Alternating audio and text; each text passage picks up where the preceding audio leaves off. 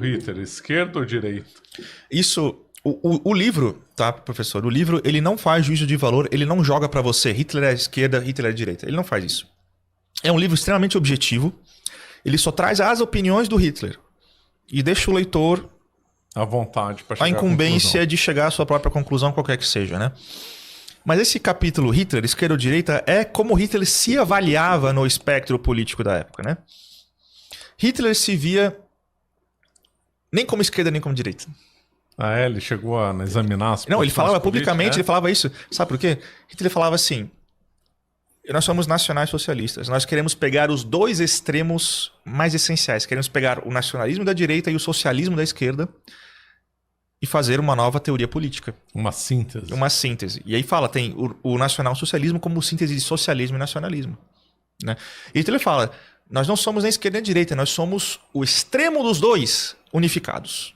Nós somos o extremo do nacionalismo e o extremo do socialismo para a comunidade racial alemã. É assim que ele se julgava no espectro e por isso que ele se via como revolucionário. Ele era um revolucionário porque ele estava trazendo algo novo e diferente de tudo que existia na época. Uma espécie de terceira via. Isso, uma terceira via que era contra a monarquia, contra a burguesia, contra a República de Weimar, contra os marxistas, contra a direita nacionalista que ele via muitas vezes perdida, né, sem saber como fazer luta política. Então ele fala, não, nós somos o verdadeiro nacionalismo e somos o verdadeiro socialismo para a nação alemã. E só nós sabemos o certo. Né?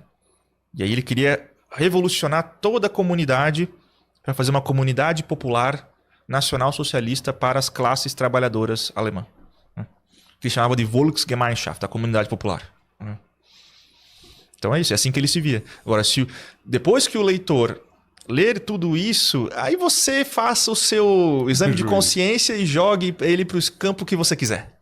Agora, uma conclusão parece óbvia. Ele não era favorável ao livre mercado. Não, não era. Com certeza a livre iniciativa, você montar sua empresa sem interferência do Estado. Para ele não existia isso. O que existe para Hitler era que a biologia individual dos indivíduos tinham que servir ao escopo maior da coletividade racial. Porque para Hitler o que importa na história eram lutas de coletividades raciais. O embate histórico decisivo para Hitler é entre a coletividade ariana contra a coletividade judaica. É a luta essencial. Mas tudo que importa, tudo que move a história são coletivos raciais para Hitler. Logo, não faz sentido você, como um indivíduo, ter direitos, segundo Hitler, superiores às demandas coletivas da comunidade racial. E o Estado representa a coletividade racial.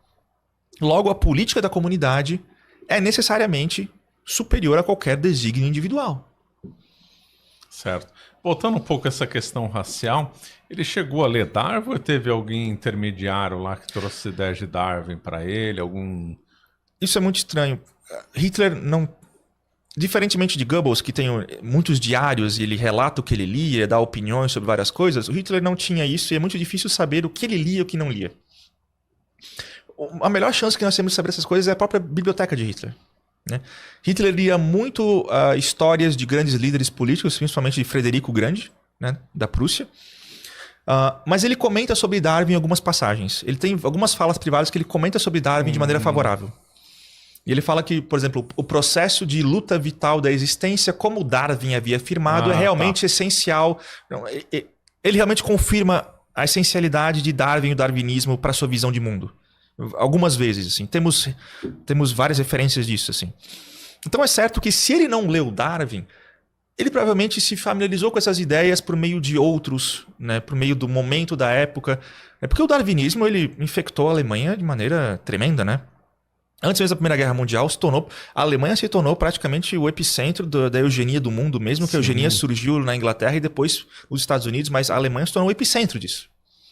Teve experiências horríveis na África, uma coisa assim horripilante. Com certeza. Então, naturalmente que Hitler não precisava ler A Origem das Espécies de cabo a rabo para se familiarizar com o darwinismo social. Né? Mesmo que ele tenha pego só o que lhe interessava na teoria de Darwin para os seus fins políticos, sua visão de mundo. Certo? Mas é claro que Hitler, sim, considerava o darwinismo e a luta pelas espécies, a luta pela sobrevivência como um ponto central da sua visão de mundo. Então tá bom. Esse ponto é interessante.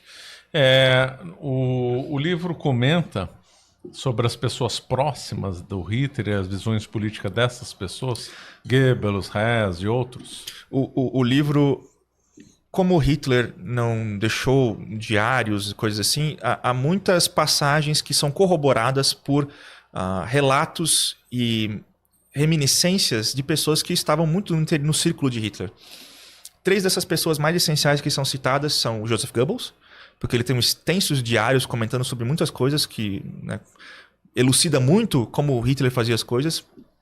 O Otto Dietrich, que era o secretário da imprensa internacional da época do Terceiro Reich, então ele todo dia falava com Hitler praticamente e discutia várias coisas, né?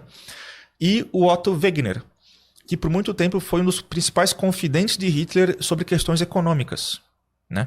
Então, sobre questões econômicas, há muitas falas, cartas e artigos de Hitler que são corroborados por falas, né, de Wegener. Porque o Otto Wegener sobreviveu à guerra e escreveu suas memórias. Então se tira muito dessas memórias opiniões que ele lembra de Hitler ter falado, né? E muitas dessas memórias são muito parecidas com o que o Otto Dietrich também relata nas suas memórias. E também é muito parecida com o que o Goebbels falava em várias passagens no seu diário.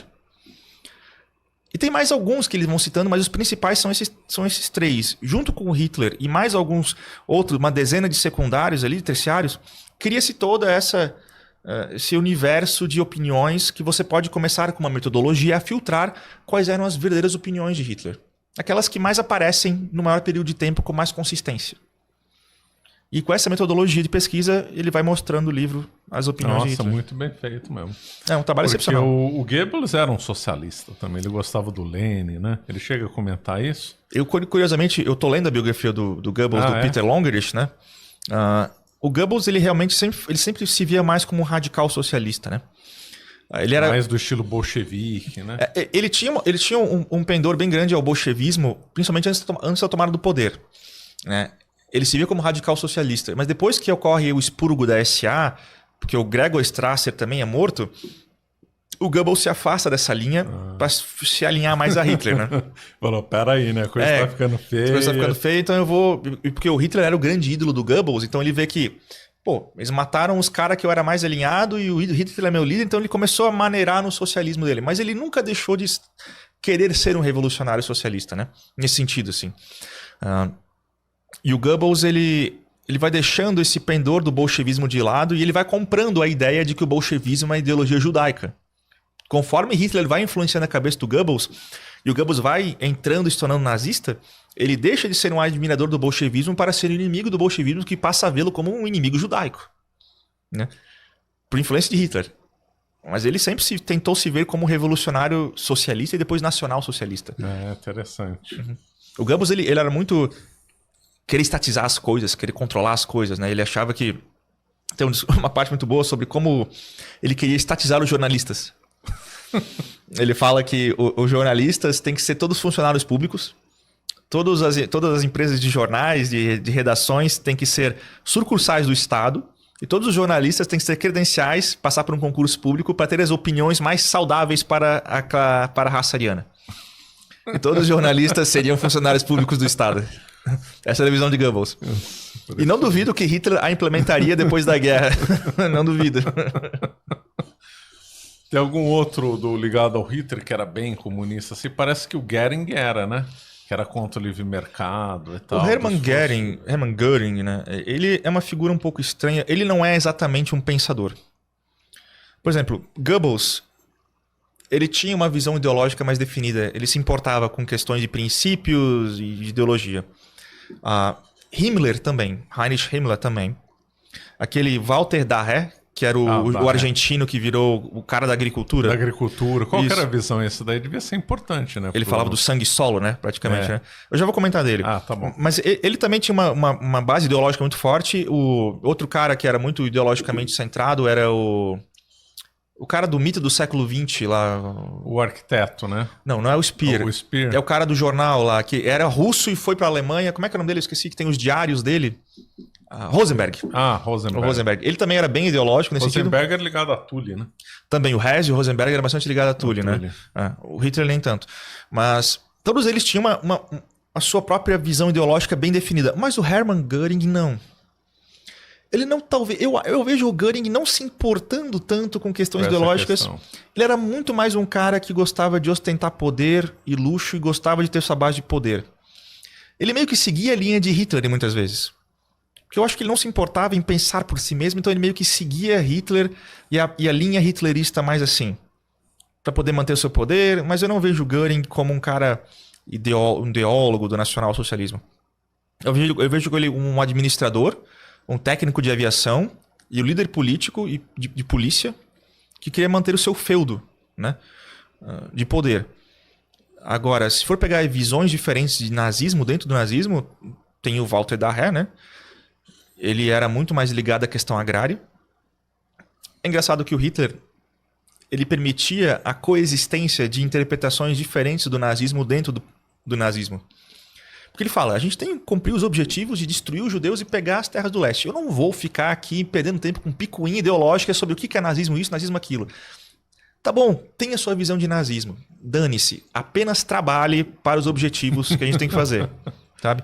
Hitler era bem tolerante dentro das visões diferentes do partido, assim, né? Então, não existia uma ideologia nazista única. Tinha a visão de Hitler, que o livro traz, mas Hitler discordava de praticamente muita coisa de Himmler, do Dahré, do Rosenberg, até do próprio Goebbels. Mas ele deixava essas divergências coexistirem para os objetivos finais. O Hitler ele não via a ideologia nazista como essencialmente sangue solo. Ele não via... Hitler era muito do sangue, da genética, mas não era um grande fã de que o solo e a agricultura são o pilar da comunidade nacional, que nem o Dahré falava. Não. Hitler via a agricultura como só um meio de subsistência essencial, sim, mas como todo qualquer outro. O Dahré que tinha essa visão agrária, utopística, né, que o solo é essencial para a germanidade, não sei o quê. O Hitler achava isso uma bobagem. Mas deixava o cara lá, porque ele era eficiente no que fazia. Deixava ele escrever os livros dele, dane-se, entendeu? Chegou a haver uma estatização de fazenda, desapropriação na Alemanha ou não? Em alguma medida sim, mas não foi tão relevante, não.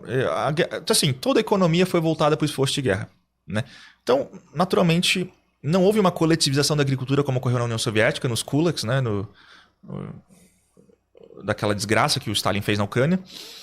Mas o Hitler certamente tinha um controle indireto de grande parte da produção agrícola e de importação de insumos de agricultura para os fins da máquina de guerra, com certeza.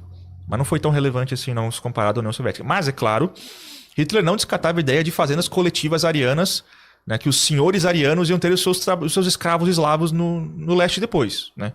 Mas na história, como aconteceu, não teve tanto assim. Certo. Fala um pouco das ideias, então, do Himmler, então. O Himmler era... Assim, o Hitler é a figura mais famosa do nazismo, né? Mas eu acho o Himmler a mais impactante e sinistra. Veja, o Hitler não teve tanto influência e mando no Holocausto. Hitler estava muito mais preocupado nessa época com o avanço da guerra e a guerra no leste. Ele delegou a limpeza étnica no território conquistados para a SS, de Himmler, né, de Heydrich, do Eichmann. Os demônios, nossa. Então, o arquiteto mesmo do Holocausto, o arquiteto administrativo, foi a SS a mano de Himmler, que Hitler deu carta branca pro cara fazer ali, né? Então, Himmler, ele tinha uma visão muito pagã da germanidade, né? Ele era muito... Porque a SS, os símbolos são as runas lá, né? As runas, bem pagã mesmo. Isso, o Himmler era muito pagão, tinha um pouco de misticismo assim, envolvido na SS, né? O Hitler achava uma extrema bobagem. O Hitler achava o Himmler um sujeito arrogante, mesquinho e estúpido no sentido ideológico. Hitler tirava sarro, quando ele estava com Goebbels, e Goebbels relata no diário, eles tiram sarro, ficam rindo de Himmler. Acham que Himmler é um pateta. Um idiota que fica se perdendo tempo com o paganismo antigo, teutônico e misticismo, que o Hitler só falava que isso é um monte de bobagem, não sei o quê. E por que o Hitler deixou ele, né? Porque ele era extremamente eficiente no que ele fazia. Himmler foi, talvez, o burocrata mais eficiente do século XX. Porque ele transformou, em poucos anos, o Estado nazista numa indústria continental de assassinato em massa. Num ritmo, assim, impressionante. Ele era tacanho, ele era mesquinho, mas ele era extremamente detalhista. Ele era o burocrata por excelência. Ele estruturou toda uma máquina que ninguém podia questionar o mando de cima e todo mundo cumpria em cadeia. até o extermínio que ocorria nas bases finais. Aqui não tem aquele livro da Hannah Arendt sobre a banalização do mal? Tem. Sobre o Muito Eichmann, bom, né? Excelente livro. É sobre isso. A banalização do mal é quando ela está falando da estrutura que Himmler criou, que cada burocrata, né, não tem, os burocratas do médio e do alto escalão não têm contato com o assassinato que está acontecendo lá embaixo. Eles estão nos seus escritórios, confortáveis, só assinando papel e passando para frente. Sabendo, claro, que vão acabar exterminando pessoas, mas não são pessoas, são números de inimigos. Não é maldade. É o cumprimento do dever da missão ideológica do partido da raça ariana. Essa é a banalização do mal, e tudo isso foi por causa que o Himmler criou essa estrutura. Então, assim, Hitler deixou... E mais interessante, Hitler chegou a considerar que depois da guerra ele teria que expurgar Himmler. Ele teria que se livrar do Himmler. Porque ele tinha medo do Himmler também. Ah, ele chegou a cogitar isso, então? Em falas privadas com Goebbels, assim, nunca maquinou nada assim, né? Mas o Himmler também sabia que Hitler não ia com a cara dele. E Himmler estava fazendo o seu feudo de poder privado na SS para depois, se necessário, bater de frente com Hitler. E talvez até depô-lo e ele se mandar na Alemanha. Talvez, porque havia rumores de que Hitler tinha... O avô materno de Hitler era judeu. Há rumores, e é possível que seja, tá? Himmler ficou não sei qual estudo recente dizendo que isso era mentira. Você tem informação disso daí ou não? Até onde eu sei, não se sabe ao certo quem é o avô materno de Hitler. Não se sabe. Porque a avó de Hitler, a mãe do pai, a Maria Schicklgruber, ela engravidou aos 40 e tantos anos, quando ela trabalhava para um senhorio judeu. E quando o Alois nasce, o pai adotivo do Alois vem depois que ele nasce, que é o Hiedler. O sobrenome dele é Hiedler. E depois ele coloca no cartório e erra um nome e fica Hitler. É, teve esse erro, né? Isso, o nome original é Hiedler. Ele erra no cartório e fica Alois Hitler. Mas esse nome vem do cara que vem depois que ele nasceu. Adotivo. Ele não sabe quem é o pai biológico. Né? O avô materno de Hitler. Não se sabe. Então há esses rumores de que ela engravidou por um membro da família lá do judeu Frankenberger que ela trabalhava. Né? Hitler estava muito ciente desses rumores. Ele se preocupava muito com isso. E o que ele fazia? Falava que não era, que não tinha nada a ver? Ele abafava, né? Mas o que aconteceu? Himmler sabia disso também. Himmler jogava na cara do Hitler? Não, Nossa, tá. Ele era muito mais inteligente. Ele mandava fazer suas próprias inquisições e estudos na surdina. Para poder descobrir podres de Hitler, para ter cartas na manga caso fosse necessário ir contra Hitler depois da guerra. Porque não sabe, o nazismo era uma coisa, todo mundo no nazismo era amigo na maldade. Não, eles se odiavam. E Hitler sabia que provavelmente teria que ter um outro expurgo dentro da SS e provavelmente Himmler ia pro alçapão também. E Himmler estava ciente disso. Eles não eram amigos. Mas, para os fins que eles estavam naquele momento, eles tinham que fazer o que tinha que ser feito na cabeça deles, né? Não esqueci da conclusão do Hitler e Stalin. Quem foi pior, Hitler ou Stalin? Quem foi mais diabólico? Numericamente falando, assim, eu já fiz um post no Twitter que viralizou e pegou muito hate, mas o hate no bom sentido, que quando esquerdista e comunista fica puto, quer dizer que tu falou algo certo, na verdade, né? Eu falei, numericamente falando, é muito moralmente mais aceitável você ser fascista do que você ser comunista. Fascismo italiano. Todo experimento com colônias ali, 350 mil mortes atribuídas. Nazismo alemão. Descontando a guerra. Só as mortes diretas, né, do Estado nazista ali. 6 milhões em média. Do Holocausto. Né? Isso. Agora, Gulag soviético. Uma média, 15 milhões? Se não mais. Fome, Holodomor. Isso, tudo. Pegando os experimentos comunistas do século XX. Mao Tse-tung, Stalin, os africanos, Pol Pot, né? Vietnã, Cuba, que o seja, Coreia do Norte. Pode-se estimar muitos milhões para casa dos 60 milhões para mais. A matemática é muito clara. Objetiva. É muito moralmente mais aceitável você ser um fascista do que você ser um comunista. Um fascista é um ser humano melhor do que um comunista e os números são claros sobre isso. Se você ostenta a foice e o martelo na sua camisa, você é extremamente mais moralmente repugnante do que você ostentar o Faccio Littori em uma camisa do Mussolini. É só números. Agora, sobre Stalin, certamente foi pior, na minha opinião.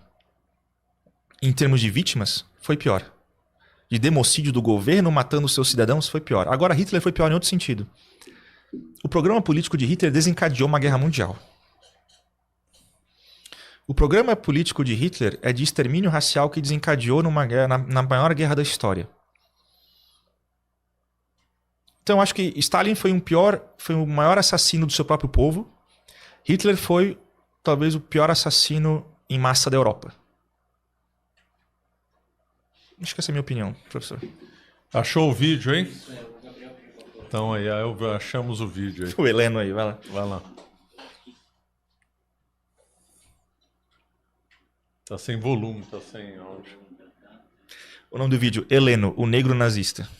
Deus do céu.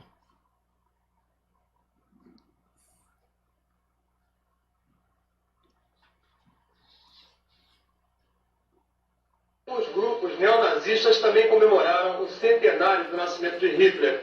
Esses grupos estão se articulando aqui no Rio de Janeiro e eu vou conversar aqui com o Heleno, que faz parte da Juventude Nacional Socialista Brasileira. O Heleno, por que você resolveu entrar para esse grupo? Eu fui militante do PVP, eu vejo que não tem solução nenhuma. Atualmente, o único que está me interessando é o Nacional Socialista. Agora, Heleno, uma coisa que parece uma contradição assim à primeira vista, que chega a saltar os olhos, é que o nazismo é um partido que defende a purificação da raça. Você é uma pessoa de raça negra. Você não teria lugar na sociedade germânica, na sociedade onde Hitler organizou o Terceiro Reich. Como é que você vê essa contradição? Mas se fosse realmente racista, não estava aqui defendendo ele, cara. Você não sabe que o nazismo foi responsável pela morte de 6 milhões de judeus? É história, isso é boato, isso aí aos poucos estão se quebrando, cara. Tem muito livro aí na banca que estão caindo em contradição, pô. Eu vou conversar agora com o senhor Aron Sherman, que é uma pessoa de origem judaica. Senhor Aron, o que o senhor acha de ressurgimento de partidos de grupos neonazistas aqui no Brasil, no Rio de Janeiro, e de pessoas como o Heleno? O que o senhor acha disso? Eu acho que o Heleno não tem uma tese suficiente para falar. Porque, primeiro, me parece que ele fala sem ler e sem ver em profundidade as coisas. Ele realmente tem que defender os judeus, porque os judeus é uma raça perseguida no mundo, porque minoria sempre foi perseguida em qualquer lugar do mundo, não é só judaica. Inclusive os de cor aqui no Brasil também são perseguidos. Porque não são minoria, mas são perseguidos. E devia de haver realmente uma união de todos, não uma separação. Mas como é que o senhor vê o fato dele ser uma pessoa de cor e mesmo assim ser simpatizante do nazismo? Falta algo nele. Algo de profundidade. Inteligência. Ele fala por falar. Ele não tem realmente um compêndio na mão para ler. Eu tive meus avós que foram cremados na Europa, na colônia. Diante desses argumentos, você não fica sensibilizado do seu Aron dizendo que teve parentes que foram queimados na Europa? Ele fala, mas você tem certeza dele? Meus filhos, eu tive 10 tios, 9 tios e uma tia. Meu Deus do céu, olha, o presidente do partido do qual ele pertence é um senhor letrado, mas é um completo idiota. Cara, imagina tu tem teus parentes lá no Holocausto triste, né? E o Heleno, o carioca negro, pergunta, mas será que ele sabe mesmo disso? Porque eu li livros da banca de jornal que refutam o Holocausto. Tem cabimento um negócio desse? Não dá, né? Duro. Ah, e tem gente nesse nível em 2024 com tecnologia da informação e internet, tá? O Heleno, malgrado sua imbecilidade, vivia na época que tinha que ler banca de jornal. Gente com a internet e acesso ao que nós temos, ainda ser assim? Putz. É duro, né? É. Bom, vamos ficando por aqui. Obrigado aí, João Eigen, por sua presença aqui. Obrigado aqui pelo livro. Vou mostrar aqui mais uma vez. E obrigado a todos que nos acompanharam. Pessoal, só quero falar uma coisa. Esse livro aqui está disponível na Amazon, tá? Anticapitalista e Revolucionário, traduzido, o autor Rainer Zittermann. É o estudo mais sério e completo sobre o pensamento político, econômico e social de Hitler, aqui no Brasil e no mundo. Então, vamos nos educar sobre o hitlerismo e nacionalsocialismo para parar de falar besteira sobre esse assunto, né? Você acaba de assistir um corte do Caravelas Podcast. Na tela está aparecendo o episódio completo e outro corte. Muito obrigado pela atenção.